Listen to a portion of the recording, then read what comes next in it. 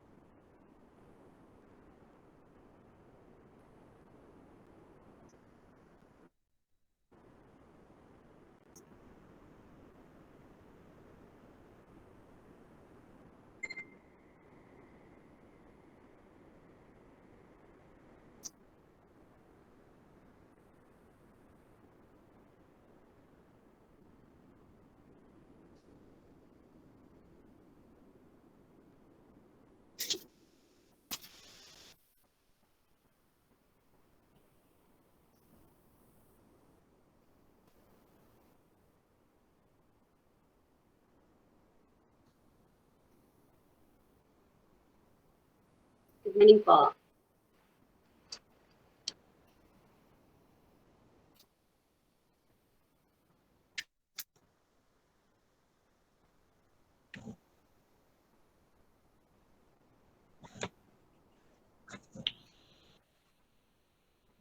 Okay, good morning. Good morning.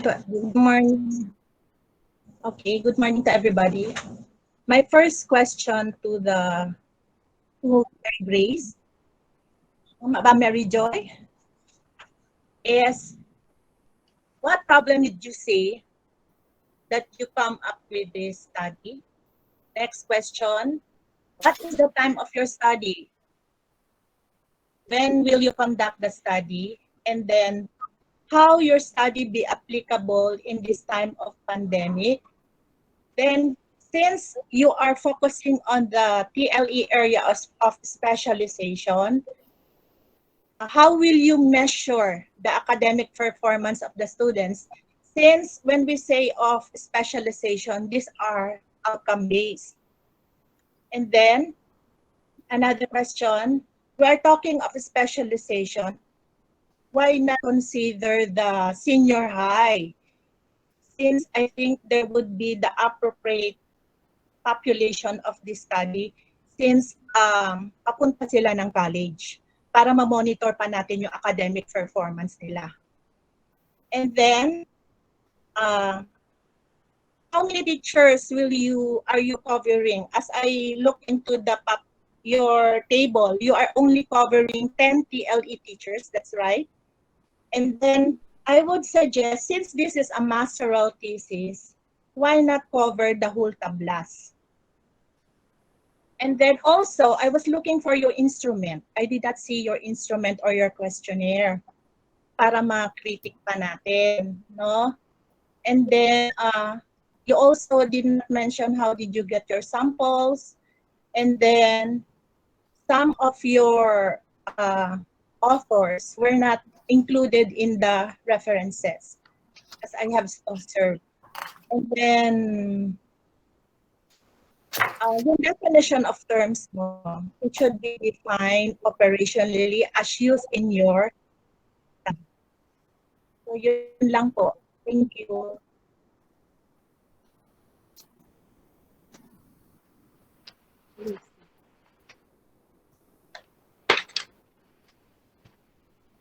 Good morning, Ma'am Rose.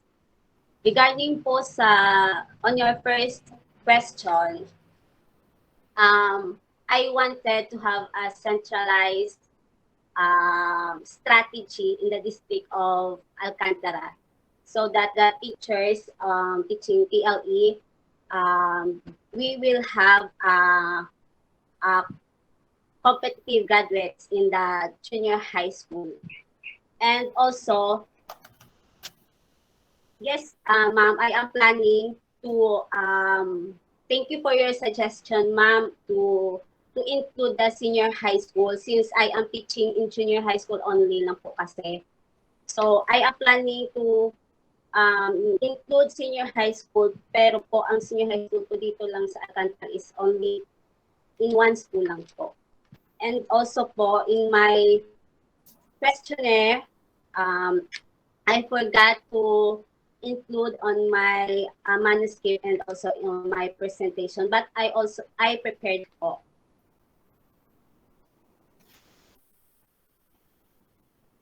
Thank you for your suggestions, ma'am.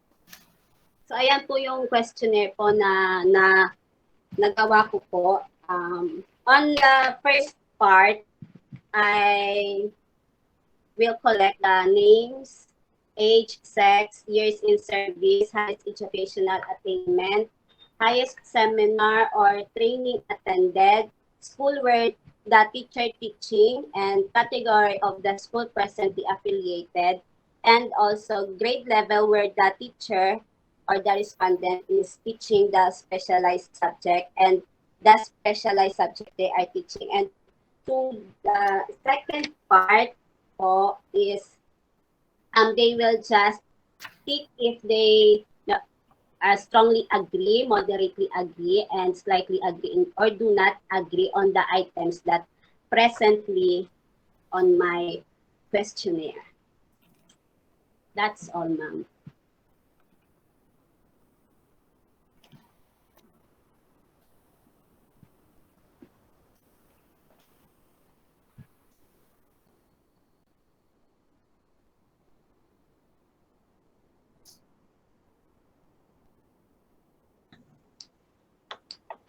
Okay na? Thank you, Ma'am Ruth.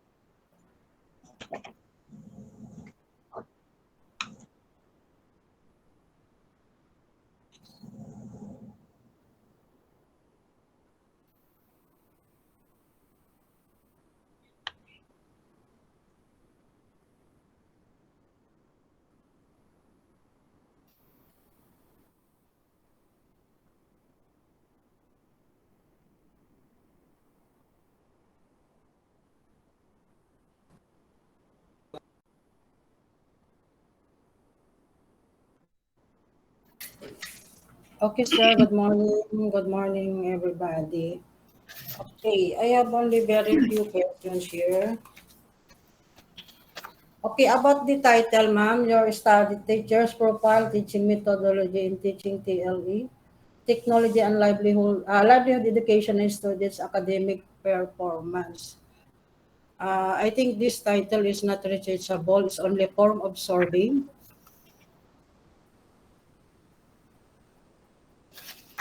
In my opinion, this is only a survey.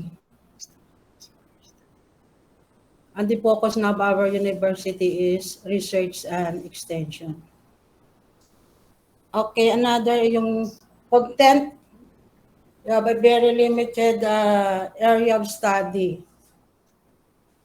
Why not include yung kay Ma'am Ruth, the whole tablas, because this is a masteral, not undergrad.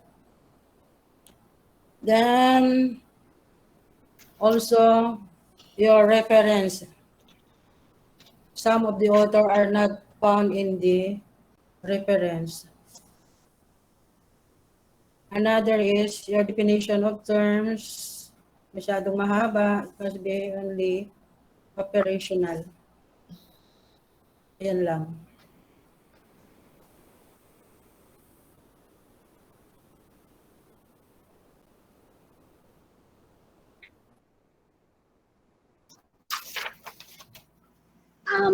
Good morning, Ma'am Sita.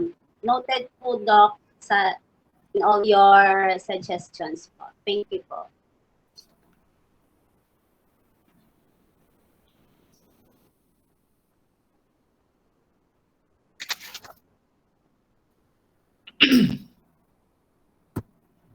Okay, good morning, Ms. Gado. First, with your title, Teacher's Profile, Teaching Methodology in Teaching Technology and Livelihood Education and Students' Academic Performance, Input for an Action Plan. Okay, I'll help you. I'll not critique it. I'll help you improve your title rather than critique and then go back to us with the same, ano. So teacher's profile and their methodologies in teaching technology and livelihood education and students' academic performance, input for, ano ba yung kanina? Input. Sandali lang ha, naisulat ko na lang. For faculty development program.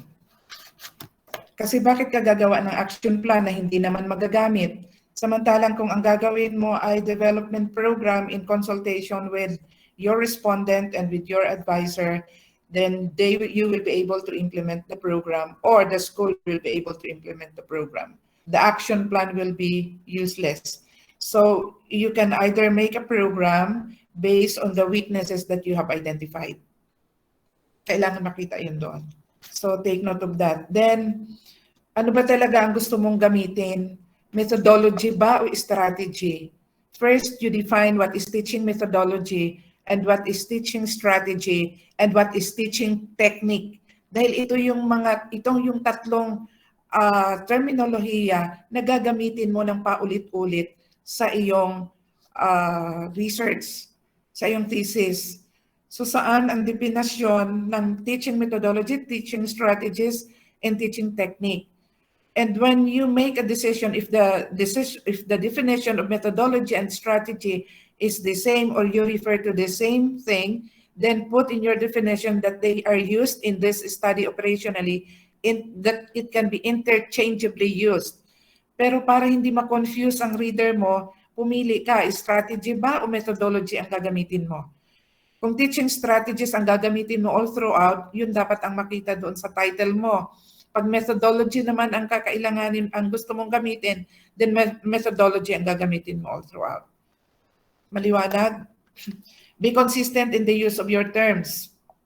Number 2, your RRL will not pass. Kung ganito ang RRL mo, hindi ito papasa. So I am suggesting that you improve your RRL. So continue reading, and then hindi basta mag-cut and paste ng RRL. Ang RRL ay dinadigest. Maaaring ang tatlong RRL ay isa o dalawang sentence lang kapag binuo mo. Okay. So, magbasa ng mga thesis na maayos, magbasa ng mga publication na maayos.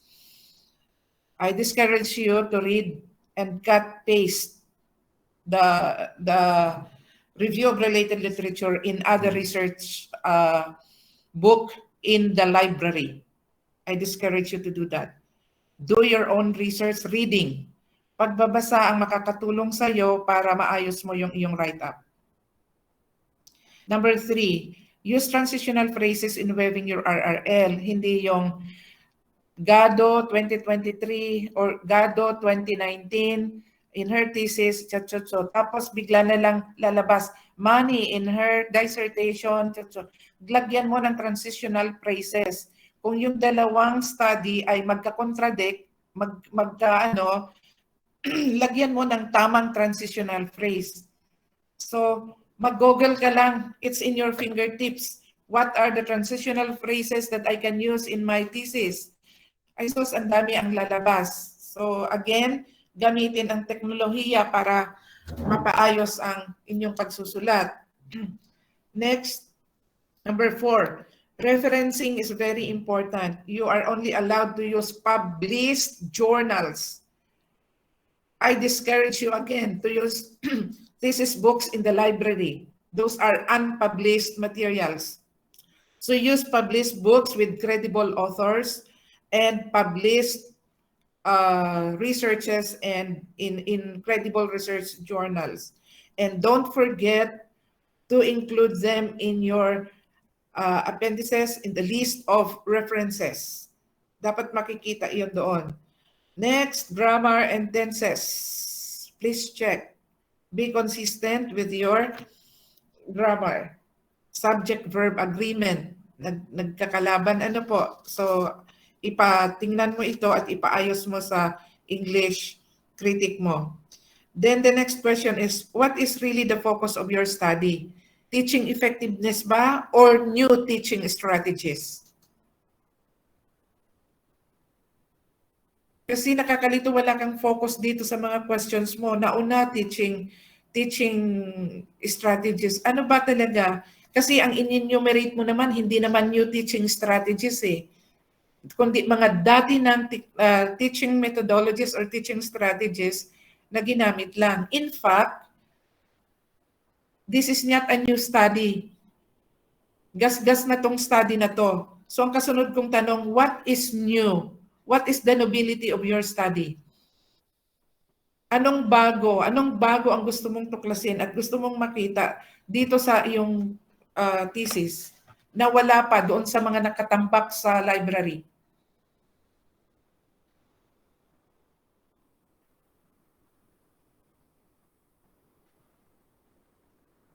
Meron ba? O pati ang thesis na ito ay kinat and paste lang? Ang thesis proposal na ito ay kinat and paste lang?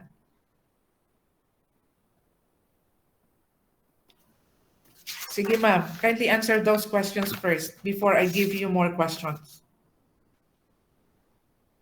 And then in your objectives, nagtuturo ka ni sa junior high school? Do you teach in junior high school? Yes po, Doc. Okay. Do you prepare your lesson plan every day?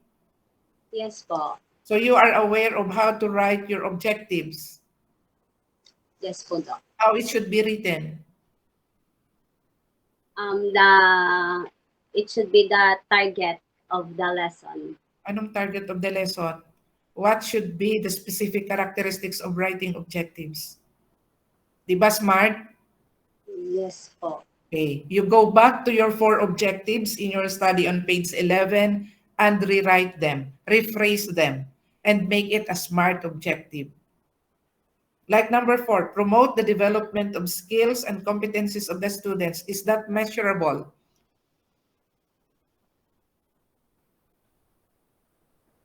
Okay, so go back to discuss this with your advisor. Okay, so rephrase your objectives. Next, why are you interested in the profile of the respondents? Does it make sense in your study?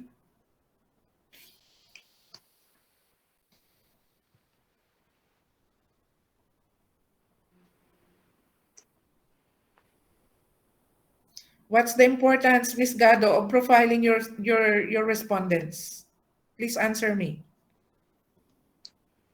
The importance of collecting the information of my respondents is for the researcher to know their background.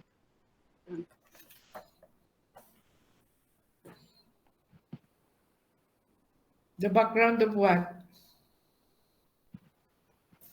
The background of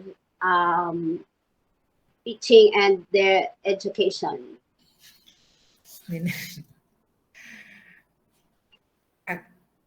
You should you should relate it to your specific SOPs. But I cannot see here how you related it to yours. Bakit mo gustong alamin yung profile ng iyong mga respondents? Dapat yung kasunod na question ay nakarelate doon. So your question number 1 should be related. Your question number 2 should be referred to question number 1. So is there a significant relationship between the respondent's profile and the student's performance in TLE according to, you go back to your question number 1, according to age and sex or according to the number of seminars attended? Kasi ang tinitingnan mo ay impact ng profile o relationship ng profile doon sa kanilang teaching performance at performance ng estudyante. Di ba? Naisip mo ba yun o hindi?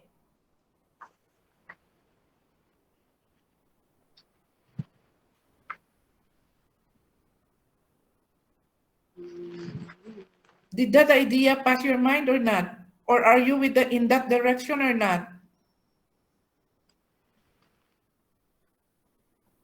No po, Doc. Hi. Kasi ang question number 3 mo na naman, what are the new strategies that are being used by the teacher in teaching technology and livelihood? Pero ang nandito sa iyong sa questions mo ay identified mo yung teaching strategies eh. Teacher-centered strategies, student-centered, may constructivist approach, project-based learning, inquiry-based learning, cooperative learning. Alam mo bang itong 5 ito ay 5 mga malalaking component ng study mo? At may iba-iba itong characteristics. How are you going to measure them?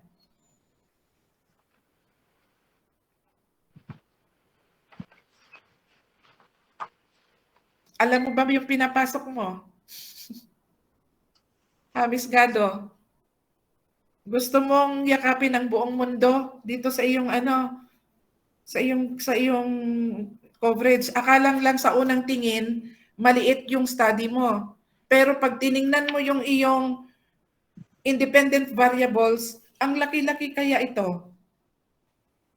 These are 5 different teaching strategies that you have to measure in terms of its impact on the performance of the students related to the profile of the teacher, the one teaching.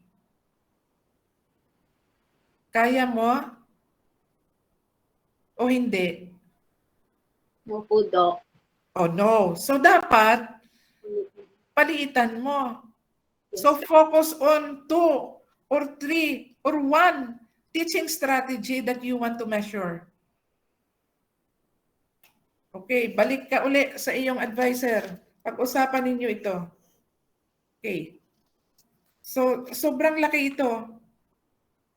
So, kung cooperative learning ang gamitin mo, cooperative learning ang gamitin mo. Kung teacher-centered, ang cooperative learning ay student-centered teaching strategy yan kasi they will be working on their own.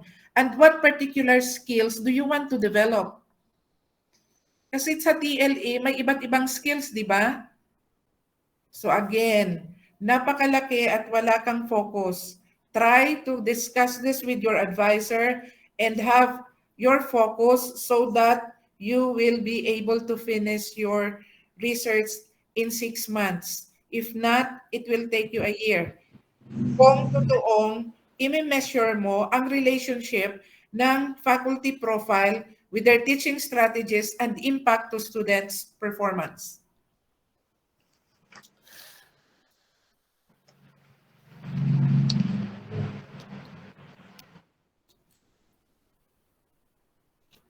Balikan mo uli, mag-discuss kayo ng advisor mo.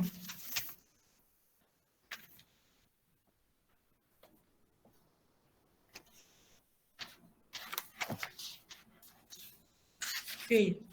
So, balik tayo doon sa pinaka-common na question.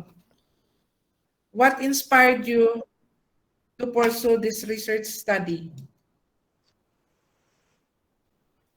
Ano ang nagtulak sa iyo para ito ang iyong gawing thesis? As a teacher in grade 9 and grade 10, I am teaching specialized subject which is cookery. So Ulit, sandali lang, hold on. Cookery pala, di mag-focus ka dun sa cookery. At anong mga methodology ang ginagamit mo at maaaring gusto mong tanungin yung ibang mga nagtuturo ng TLE tungkol sa cookery. So yun. Okay, so delimitation. So sa cookery ka, sige tuloy. Tuloy yung sagot. And so ayun nga po, I am teaching cookery. So I want to focus. I wanted to have one or centralized teaching or methodology approach in teaching cookery po. So that as a teacher in junior high school can have competitive graduates of cookery. Then, balikan natin ang cookery ha. Okay. Anong mga skills ang dinidevelop sa cookery? Cooking. Ang cooking. Cookery. Yes. Pag malapit ka lang, batukan kita eh. Anong mga skills ang dinidevelop sa lessons mo sa cookery? Ilang buwan ito? 1 year po. Anong gano'n? 1 year tinuturo itong cookery? Buong taon cookery lang? Yes po. Maniniwala. Cooking different dishes po daw. Cookery lang ang itinuturo mo sa buong taon sa TLA? Di ba iba-ibang component? Sa buong taon. Yes po, Doc. And food press. I'm sorry po. Food processing, bread and pastry po. Every quarter po, we have different branch of cookery po. Okay. So ngayon, mag-focus ka sa study mo sa cookery skills. Ha? So measure what are the strategies used by other teachers, TLE teachers, in teaching cookery. Tapos, relate mo, ano yung mga skills, enumerate mo yung mga skills na dinidevelop. Ano yung strategies na gusto mong i-focus? Okay, cooperative learning ba or what? Tapos, yung definition ng cooperative learning, nandoon na yung student-centered and less teacher facilitation to. Okay, so mag-focus sa at least one or two strategies na ginagamit sa pagtuturo ng cookery ng iba't ibang skills sa cookery.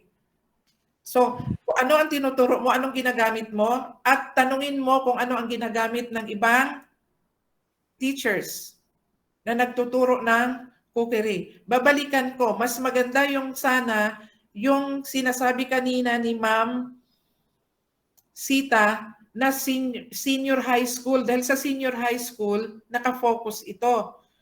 Sa junior high school, generic. Ano ba ang major mo? TLE major ka ba? Yes po, Doc. Okay, good. So, tingnan mo ngayon kung ano ang pagkakaiba. SOP, specific problem mo dapat ay may pagkakaiba ba ang pagtuturo, ang pag-handle ng TLE major doon sa non-major. Yun yung profile mo, kaya gusto mong tingnan kung sino ang major sa TLE at sino yung mga generalist na nagtuturo ng TLE. At tingnan mo, baybayin mo kung may pagkakaiba ba doon sa pagkatoto ng mga bata sa TLE. Cookery ang iyong i-focus. Okay, discuss mo yan sa iyong advisor, patulong ka. Kung hindi mo kakayanin, pumunta ka sa mga panelist at magpatulong ka kasi bahagi yun ng role. Ang specialized dito ay si Ma'am Sita at si Ma'am Ruth. Okay. Si Ma'am Sita sa Food Pras, mag-consult ka. TLE major ba ang advisor mo? Yes po, Doc. Okay. So, that's fine. Sige po. So that's all, sir. Thank you, Doc.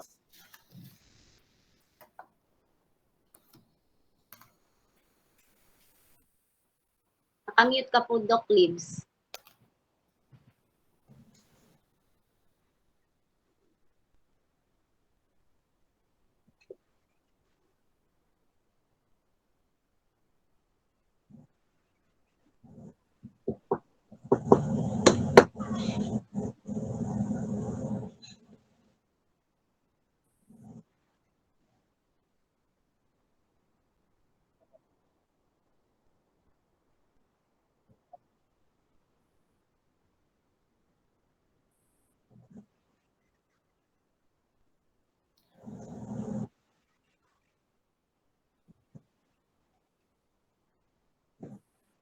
Ma'am Ruth? For me, it is accepted with major revisions. Ma'am Sita?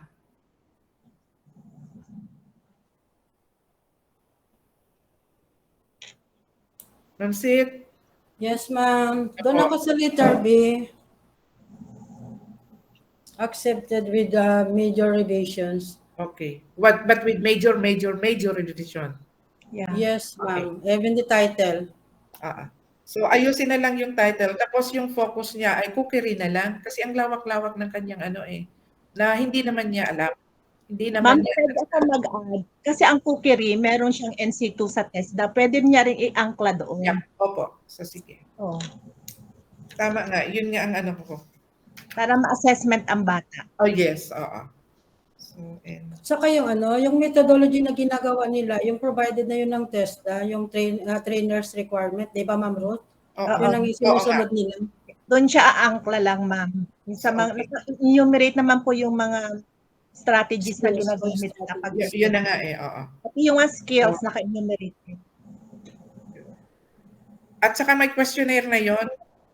Opo. May questionnaire yon yung sa test. Meron, ma'am. Every skills. Oo. So anchor your research on the TESDA program Opo. on cookery. Oo. Commercial cookery ang doon assessment mo. Okay. Commercial cookery. Yung magiging target niya, senior high school or junior high school? Maganda, ma'am, sa akin, senior na lang kasi Senior talaga. going to college para after, kahit hindi mag-proceed ng college, may qualification ang bata. Okay. Saka yung kumukuha ng NC mga fourth year, hindi naman nagbibigay ng NC sa lower years. Yun na nga. Mga graduating. Senior high school. Okay? So, Sir Libs, pass with major revision.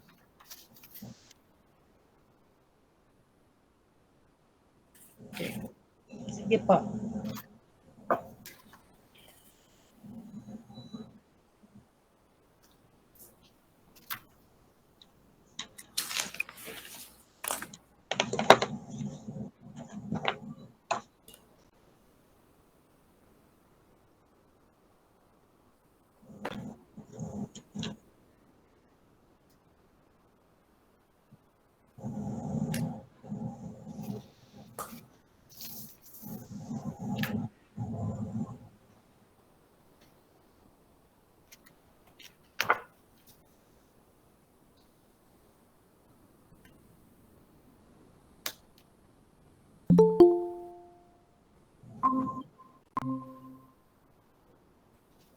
Ma'am Rodelas. So the chairman will rule. Ma'am. Okay, Miss Gado. Yak na. We suggest that you focus on or you anchor your research to the TESDA program on commercial cookery. And then you use the TESDA ano to? Tool. Meron na sila kasing questionnaire tungkol doon sa pag-ano ng skills. Ano po? And your respondent should not be junior high school. It should be senior high school na kumukuha nito. And then, ang lecturer mo ay yung NC2 tool na ginagamit ng TESDA. So, I will not say congratulations, but I will say the panel say good luck because you will do it, you pass with major revisions.